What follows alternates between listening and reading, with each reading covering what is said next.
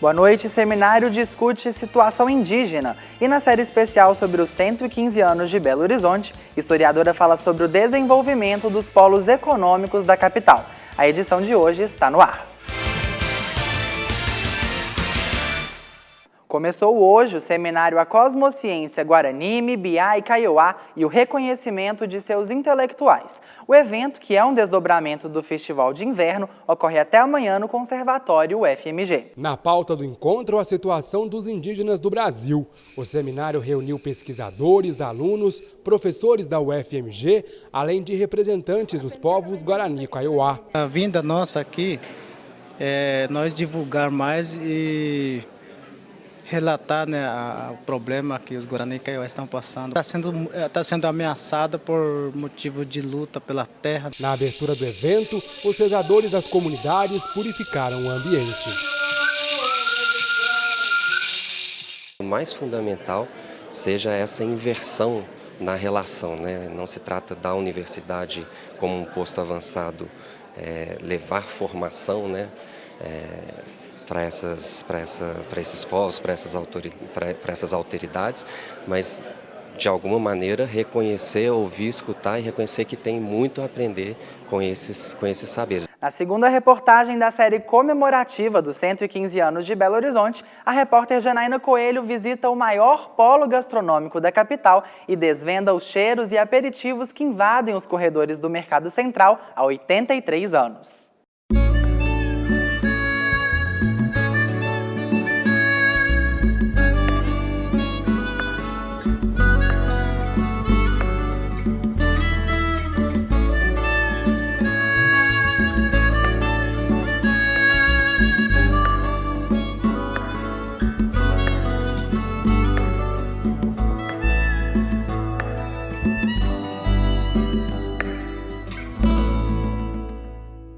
Sabores para todos os gostos. Quando o assunto é gastronomia em Belo Horizonte, logo se pensa no Mercado Central. Há 83 anos, o espaço reúne comidas e produtos de várias regiões do estado. E cada cliente tem um item preferido. O fígado acebolado com jiló, excelente. Frutas, castanha, suco, eu gosto disso. É o queijo. Por que o queijo daqui é bom? Porque o queijo é tradicional de Minas, né?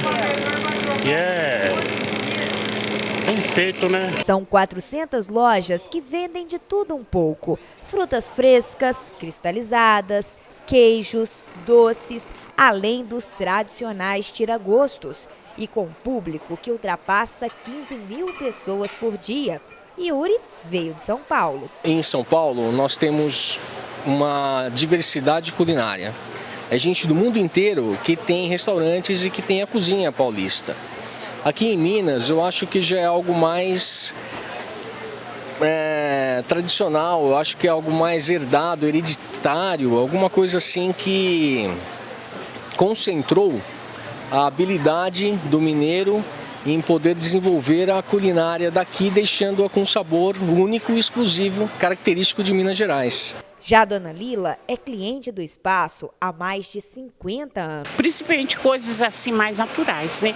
Tipo fubá, farinha, o queijo, que é da minha terra, até biscoitos, essas coisas eu compro tudo aqui. Carnes, né? Enfim, tudo que eu preciso em casa eu prefiro que seja de proveniência do mercado. Por quê, dona Lila?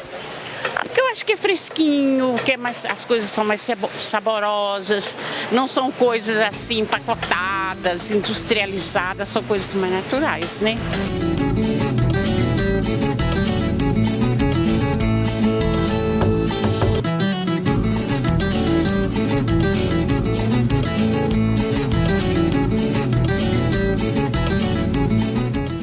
E para relembrar os principais pontos que marcaram a história da capital mineira, o Circuito Entrevista de hoje recebe a professora do Departamento de História da UFMG, Thaís Pimentel. Savassi, Mercado Central, Avenida Cristiano Machado, Barro Preto e Avenida Silviano Brandão. polos econômicos importantes da jovem capital mineira, que se destacaram ao longo dos anos pela concentração de setores específicos do comércio.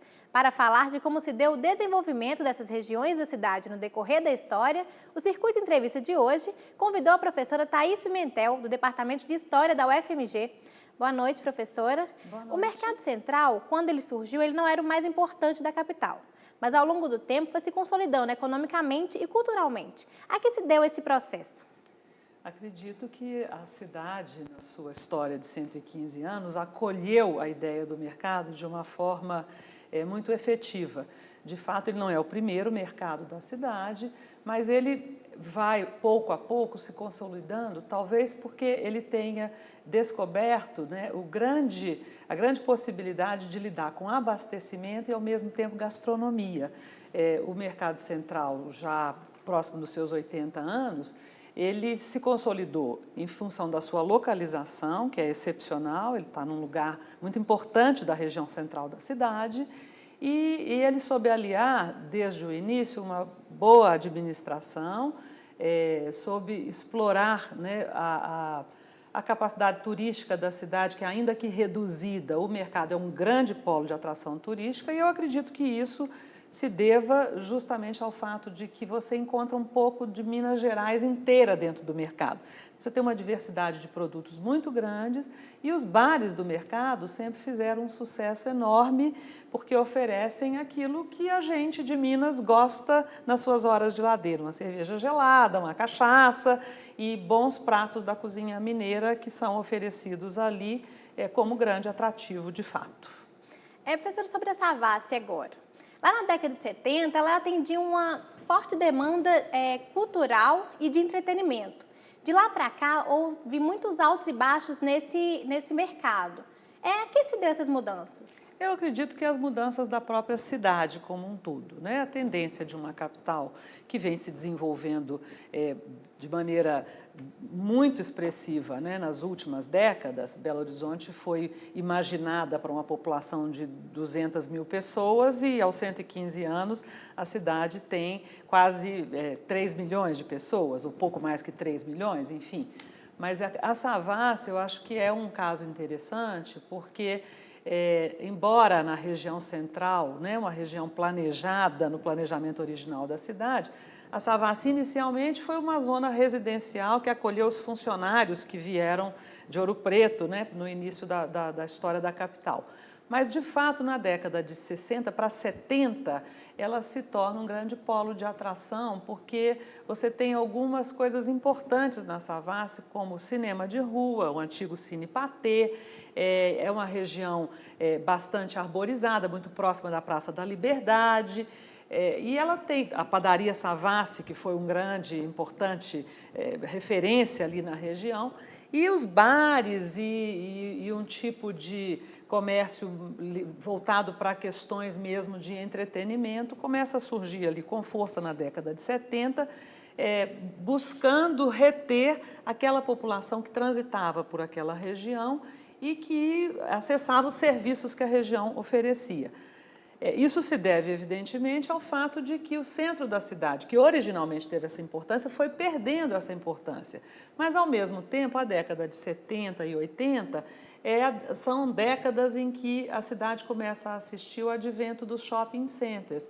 Então, a Savassi ela tem um momento muito importante como polo atrativo dessas diferentes tribos que, né, estão por ali e buscam o tipo de serviço que é oferecido ali, mas ela tem o seu momento, o ápice, né, disso aí, enquanto o centro perde a sua importância e até que os shopping centers ganhem uma importância imensa na cidade como polos de atração, porque os shoppings passam a oferecer alguma coisa que a Savassi pouco a pouco vai deixando de oferecer, que é o conforto ambiental, a questão da segurança. Então a Savassi perde para os shoppings basicamente por causa disso. Mas eu acredito que há, por parte do poder público, uma sensibilidade para com essas questões. A própria reforma feita recentemente pela prefeitura na região da Savassi, que foi muito traumática, porque criou muitas dificuldades ali para o comércio e tal, mas, ao mesmo tempo, ela cria possibilidades novas de novos usos da Praça da Savassi e da sua região. Professora, sobre a Avenida Cristiano Machado, ela liga importantes áreas econômicas da capital. Como que ela contribui para o crescimento de Belo Horizonte e contribuiu ao longo desses anos?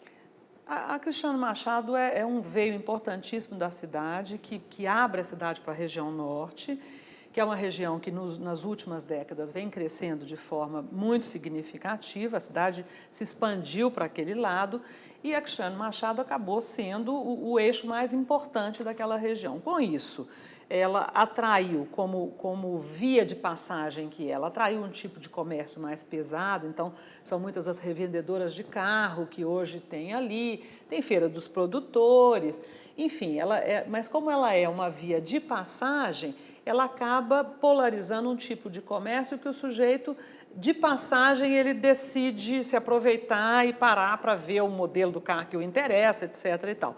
Ao mesmo tempo que ela também, como ela atende a muitos bairros diferentes da cidade, ela tem uma tendência para, de tempos em tempos, né, naquele longo corredor, ela oferece um tipo de comércio que atende os bairros da região como via mais importante a fazer a ligação desses bairros. Mas eu concordo que ela é, de fato, um eixo que se tornou importantíssimo até porque liga o centro da cidade ao aeroporto de Confins, que é fora da cidade, mas é um trânsito permanente de ir e vir que acontece naquele eixo. Então, professor, o Barro Preto foi um bairro que nasceu junto com o planejamento de Belo Horizonte. Hoje ele é conhecido como polo de moda. Sempre foi assim ou desde quando que ele começou a ser destaque nesse segmento? Não sempre foi assim. O Barro Preto é um bairro antigo, ele foi instalado não na região, na zona urbana, que era a região central do planejamento da cidade como um todo, do plano original da cidade, mas ele fica muito próximo da Avenida do Contorno, na verdade, né? Na fronteira ali entre a zona urbana e suburbana da cidade.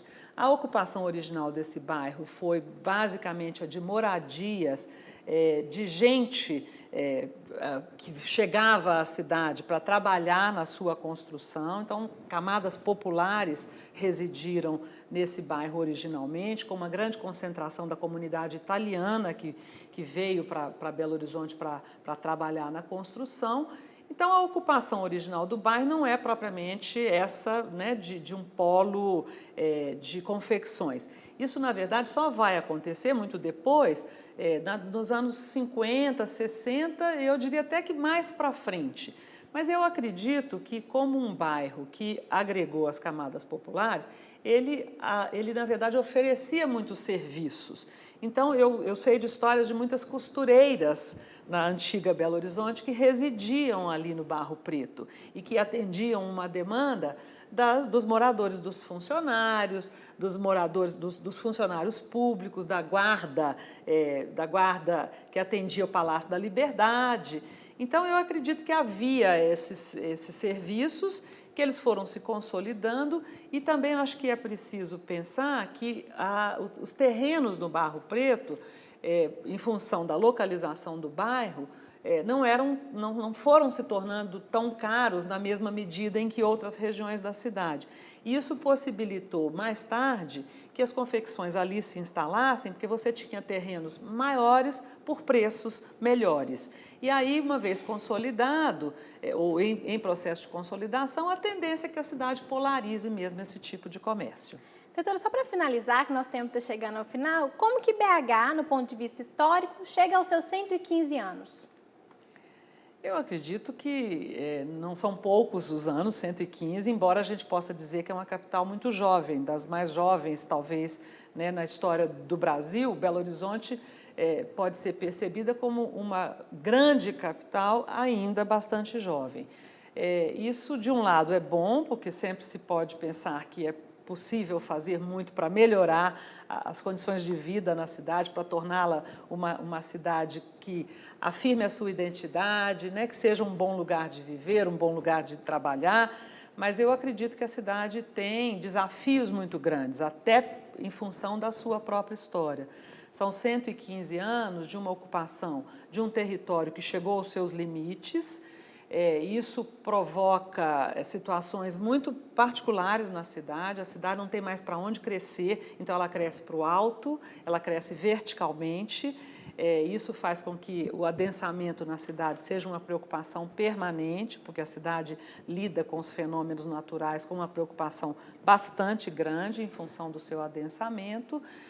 Isso se torna bastante perigoso do ponto de vista da preservação da sua memória, porque é uma cidade que o território a obriga à verticalização. Com isso, a gente assiste, infelizmente, a um desmanche da sua memória que é permanente, né? Belo Horizonte necessariamente leva abaixo as suas unidades residenciais unifamiliares, as casas, né, para construir prédios, e isso é constante. Agora, por outro lado, é uma cidade que, por ser jovem, tem também um patrimônio muito importante, como é o caso do que temos na Pampulha com o Niemeyer. E a cidade é uma cidade que as pessoas que aqui moram gostam muito de morar na cidade. Eu acho que, então, essa relação cidadão, né, com a cidade é bastante positiva e tende a melhorar na medida em que a população escolhe os seus governantes, e isso faz com que ela seja cada vez mais vigilante. Então, eu acho que a gente está aprendendo a cada dia a cuidar melhor da nossa cidade. Então, muito obrigada, professora. Obrigada a você. O Circuito Entrevista volta na próxima terça-feira para falar sobre mais um assunto de destaque. Até lá! Para comemorar o aniversário da cidade, a Prefeitura planejou eventos em vários locais da capital. Para ver a programação completa, acesse o site que aparece na tela. A edição de hoje fica por aqui. Uma boa noite para você!